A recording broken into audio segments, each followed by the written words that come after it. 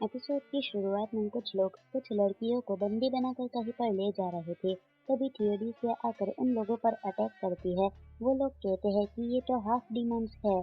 तभी थियोडीसिया उन पर काफी जोर से हमला करती है, लेकिन ये बंदा एक बैरियर बनाकर उन लोगों को बचा लेता है। थियोडीसिया ये देखकर हैरान हो जाती है, तो ये बंदा कहता है, हमारे पास 4 हाफ डीमंस जितनी मैजिकल एनर्जी है। ये सुनकर थियोडीसिया को बहुत गुस्सा आ जाता है और वो फिर से उन पर हमला करती है। और अब इनका बैरियर तो क्या, साथ में उसकी मैजिकल स्टिक भी टूट जाती है। तो वो सभी वहां से भाग जाते हैं और थियोडीसिया उन सभी लड़कियों को आजाद कर देती है, जो कि बिल्कुल उसी के जैसी दिख रही थी। और वो सामने दिखती है तो यूफेमिया एक बंदे को खत्म कर रही थी। वो कहती है, बड़ी बहन। उसके बाद सीन शिफ्ट होता है और इधर सियोन सभी को कह रही थी कि जब तक कोई एक ना बचे तब तक तुम लोग एक दूसरे को मारना शुरू कर दो। मैं 1 घंटे का वक्त देती हूँ। अगर वक्त खत्म हो जाता है तो मैं ही तुम लोगों को मार दूंगी। अगर कोई वॉल ब्रेक करके जाने की कोशिश करता है तब भी वो मारा जाएगा। जो बचेगा वो विनर होगा।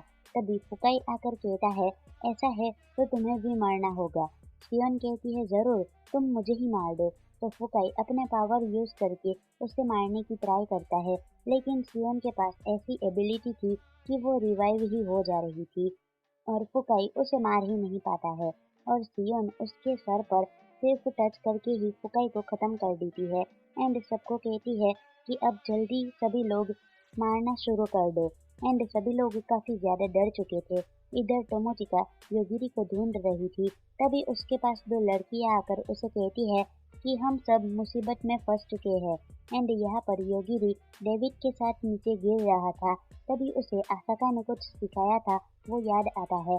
आसाका ने उसे सिखाया था कि तुम जैसा सोचोगे वैसे ही बनोगे, तो तुम जैसे चाहो वैसे अपनी पावर्स को कंट्रोल कर सकते हो। उसके बाद योगिरी अपनी पावर्स यूज करता है और उसके खुद की रफ्तार को ही मार देता है, जिस वजह से वो काफी धीरे धीरे नीचे गिरने लगता है। और नीचे आकर पता लगता है कि वो अभी 7th लेयर पर है। मतलब कि ल्यूट और हानाकावा जिस जगह पर है वो भी यहीं पर पहुंच चुका है। उसके बाद कैसल दिखाया जाता है जहाँ पर माना का सील ओपन हो चुका था और वो कहती है, मेरा माइंड चेंज हो जाए इससे पहले तुम लोग यहाँ से निकल लो। तो हानाकावा ल्यूट को लेकर जाने लगता है। तभी वो कहता है, मुझे चलने में दिक्कत हो रही है। और वो नीचे देखता है तो उसके पैर चिपचिपी जगह पर फंस चुके थे। ल्यूट कहती है, माना मेरे मास्टर को जन्म देने वाली है और हम अभी उसके अंदर है, तो वो हमें ऑब्जर्व कर लेगी। तुम भागो यहाँ से। हानाकावा कहता है, तुम भी चलो ना। तो ल्यूट उसे गुड बाय कहता है और जोर से लात मारकर उसे बाहर फेंक देता है। हानाकावा पीछे देखता है तो माना ने ल्यूट को पूरा निगल लिया था और उसका स्लाइम अब हानाकावा को भी खाने आ रहा था। तो वो डर के मारे वहां से काफी तेजी से भाग जाता है।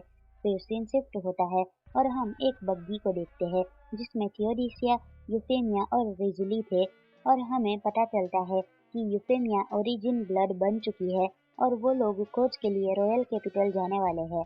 तो थियोडीसिया कहती है, मैं भी साथ में चलूंगी। रिजुली कहती है, मुझे योगिरी से मिलना है, वो शायद वहीं पर होगा। थियोडीसिया कहती है, हाँ वो वहीं पर होगा। तो रिजुली हैरान होकर पूछती है, क्या तुम उसे पहले मिल चुकी हो? फिर इधर योगिरी को पता चलता है कि सभी ने एक दूसरे को मारना शुरू कर दिया है।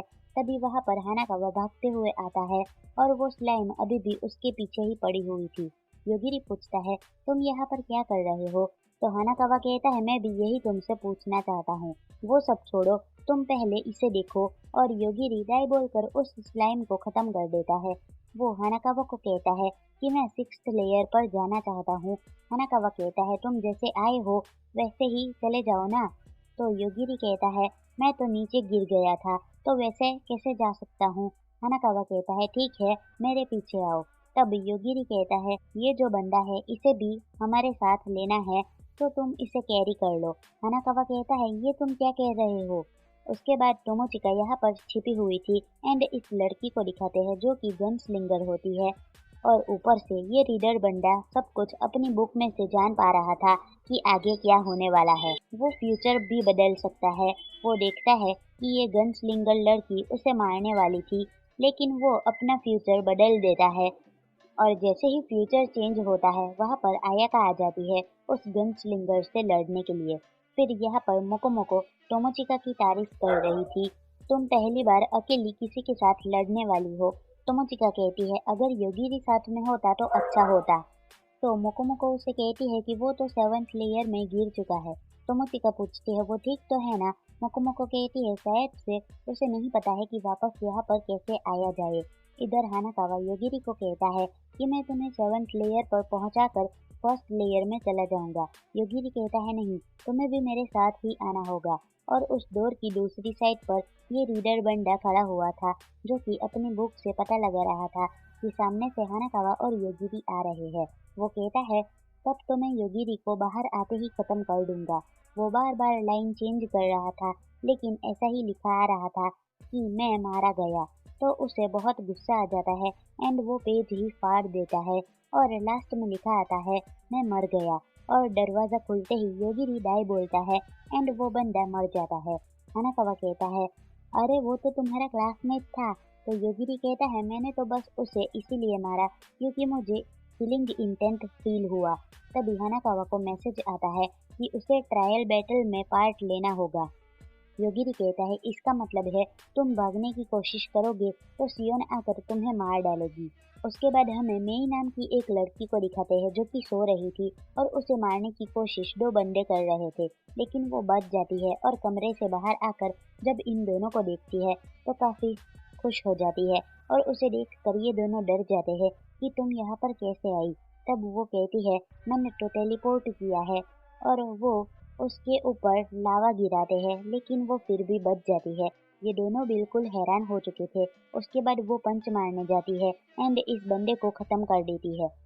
जो दूसरा बंदा बचा हुआ था उसे नहीं कहती है कि जब मैं स्कूल जा रही थी तब दो बिल्लियां लड़ रही थी और ये बिल्लियां नॉर्मल नहीं थी, इनके पास मैजिक था।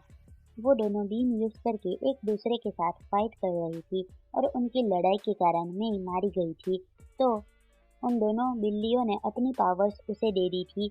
वो कहती है मैं चाहूँ तो सियोन को भी मार सकती हूँ, लेकिन तब मज़ा नहीं आएगा। उसके बाद वो इस बंदे को भी मार देती है और तभी उसे पता चलता है कि हानाकावा यहाँ पर आ चुका है। तो वो बोलती है मैं उसे भी जाकर मार दूंगी और वो चली जाती है। और ये लोग जब आ रहे थे तभी इनके सामने आ जाती है, लेकिन उसे देखकर हानाकावा की फड़क जाग चुकी थी। योगिरी उसे पूछता है कि तुम हम पर अटैक करने आई हो एंड वो उसे पंच मारने जाती है, लेकिन तभी योगिरी उस पर अटैक करता है और कहता है मैंने ये टोमोचिका से सीखा था। और नहीं देखती है कि उसकी एक कैट मर चुकी है। वो योगिरी के ऊपर अपनी पावर यूज करती है, लेकिन उसे कुछ भी नहीं होता है और वो दूसरी बिल्ली भी मर जाती है। हानाकावा कहता है तुम्हारी पावर्स तो खत्म हो चुकी है और अब तुम पावरलेस हो चुकी हो। ये सुनकर मेई रोती हुई वहां से भाग जाती है। उसके बाद इधर ये गनस्लिंगर और आयाका साथ में फाइट कर रहे थे और यहाँ पर टोमोचिका और मोकोमोको ये सब देख रहे थे। मोकोमोको को कुछ सेंस होता है कि यहाँ पर और भी स्पिरिट्स है। टोमोचिका जब नीचे उतरती है तो उसके सामने सही में काफी सारी स्पिरिट्स आ जाती है और दूर से उसकी फ्रेंड मिकोची उसका नाम लेकर आ रही थी। वो कहती है कि मैंने तुमसे ये बात छिपाई थी कि मैं एक नेक्रोमेंसर भी हूँ। मेरे पास एक गाइडिंग स्पिरिट है। ये एंशिएंट स्पीशीज की प्रिंसेस है। इसका नाम टियानु है। टोमोचिका कहती है मुझे भी ये चाहिए। मेरे पास एक बेवकूफ सी मोकोमोको नाम की स्पिरिट आ गई है। मिकोची कहती है ऐसी बात है तो फिर इसे मुझे दे दो और वो मोकोमोको को अपने कंट्रोल में कर देती है एंड मिकोची अब टोमोचिका के ऊपर हमला कर देती है। टोमोचिका जैसे तैसे करके उससे बचती है। वो काफी बार उस पर हमला करती है और कहती है कि मैं तो पहले से ही तुम्हें मारना चाहती थी। अब टोमोचिका के पास मोकोमोको भी नहीं थी और योगिरी भी नहीं था, इसलिए वो अकेली पड़ चुकी थी। मिकोची कहती है मैं तो तुम्हारे बैटल सूट को भी कंट्रोल कर सकती हूँ एंड टोमोचिका का सूट ग्लो करने लगता है। यहाँ पर योगिरी और हानाकावा भी पहुँच जाते हैं और योगिरी हानाकावा की आंख पर जोर से मारता है और कहता है आंखें बंद ही रखना, खोलने की कोशिश भी की तो देख लेना। और यहाँ पर टोमोचिका के पूरे कपड़े टूट कर नीचे गिर चुके थे। टोमोचिका कहती है मैं तुम्हें देख लूंगी। योगिरी कहता है मोकोमोको गुड जॉब। टोमोचिका कहती है ये तुम क्या बोल रहे हो एंड योगिरी अपना ब्लेजर निकाल कर टोमोचिका को पहना देता है। योगिरी कहता है तुम बस ये काम मुझ पर छोड़ दो। इसके बाद इधर ये सभी लोग इस आइडल को मार रहे थे 5 लोगों ने इसे घेर कर रखा था, लेकिन इसके पास चीयर लीडर वाली पावर थी और तभी उसके फैंस आ जाते हैं। वो सभी इन सबको पकड़ लेते हैं एंड आइडल कहती है, देखो मेरी पावर बहुत स्पेशल है, ये सारे मेरे फैंस हैं, ये क्लोन्स नहीं बल्कि असली इंसान हैं। और तभी ये स्लाइम थी, वो आकर आइडल को ही निगल लेती है, साथ ही साथ बाकी लोगों को भी निगल लेती है। तभी हारुतो अपने सीक्रेट वेपन का यूज करके हवा में उड़ जाता है और कहता है, सॉरी मैं तुम लोगों को नहीं बचा सकता, और ये सभी मर जाते हैं। यहाँ पर योगिरी और मिकोची के बीच में लड़ाई होने वाली थी और मिकोची की अंदर की पावर एक्टिवेट हो जाती है और कहती है, हम तुम्हें दिखाते हैं कि एक नेक्रोमेंसर की असली पावर क्या होती है, लेकिन उसके पहले उसे मोकोमोको को बाहर निकालना पड़ेगा। तो मिकोची मोकोमोको को छोड़ देती है और तभी उसकी पावर को दिखाते हैं। वो काफी खतरनाक दिख रही थी। मोकोमोको उसे देखकर डर रही थी, लेकिन योगिरी को डर नहीं लग रहा था। वो तो बस डाई बोलता है और एक बार में ही वो मर जाती है। और तभी यहाँ हानाकावा आ जाता है और कहता है, तुम्हें योगिरी को थैंक्स कहना चाहिए। तोमोचिका पूछती है कि ये यहाँ पर क्या कर रहा है। योगिरी कहता है, इसी ने मुझे यहाँ तक आने में हेल्प की है। और यहाँ पर इन दोनों के बीच में गनस्लिंगर हार जाती है। आयाका उसे मारने ही जा रही थी एंड गनस्लिंगर ढूंढ रही थी कि कोई तो परफेक्ट वेपन होगा जिससे मैं इसे मार पाऊँ।